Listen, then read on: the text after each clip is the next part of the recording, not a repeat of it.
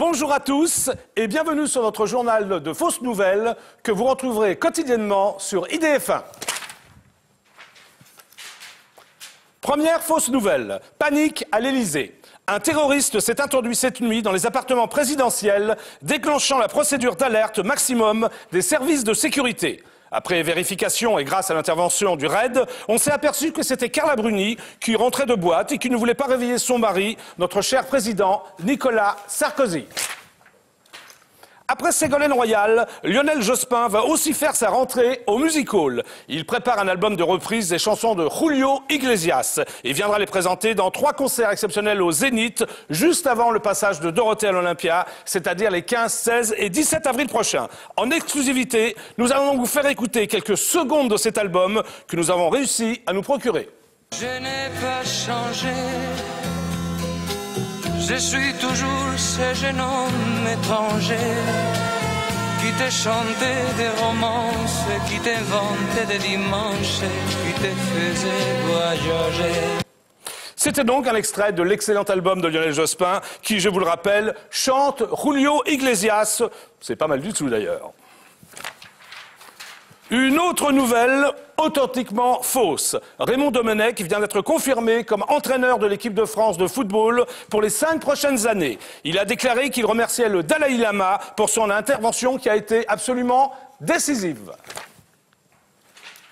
Une autre fausse bonne nouvelle de football, Laure Manodou pourrait remplacer Thierry Henry lors de la prochaine Coupe du Monde. Pour cela, elle devrait subir bien entendu une intervention chirurgicale pour la transformer en homme. Le docteur Delajoux a été pressenti pour cette opération. Une bonne fausse nouvelle, les merguez qui avaient été blessées lors de l'explosion de la boucherie de la Seine-Saint-Denis sont maintenant hors de danger. Elles devraient quitter l'hôpital du Val-de-Grâce dès aujourd'hui pour retrouver leur couscous. Dispositif de sécurité renforcé à l'aéroport de Paris-Charles de Gaulle. À partir d'aujourd'hui, toutes les jeunes femmes de 18 à 35 ans seront fouillées au corps par Rocco Siffredi avant de pouvoir embarquer dans leur avion. On craint les bousculades. La même mesure est envisagée à l'aéroport d'Orly. Cette fois-ci, ce sera par François Hollande. Ça ira d'ailleurs beaucoup plus vite.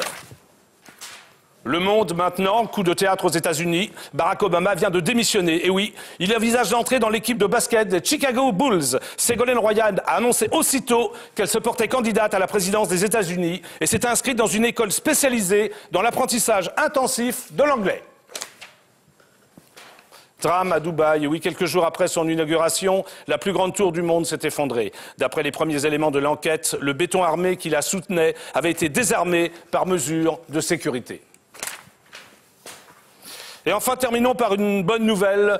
Michael Jackson a de nouveau ressuscité, mais cette fois-ci, c'est en compagnie de l'immense John Lennon. Ils envisagent de chanter en duo lors du concert de la Résurrection, qui est prévu de nouveau au Stade de France, courant février prochain. La location, c'est à partir du 25 avril. Voilà, c'est tout pour aujourd'hui. À demain pour d'autres fausses nouvelles.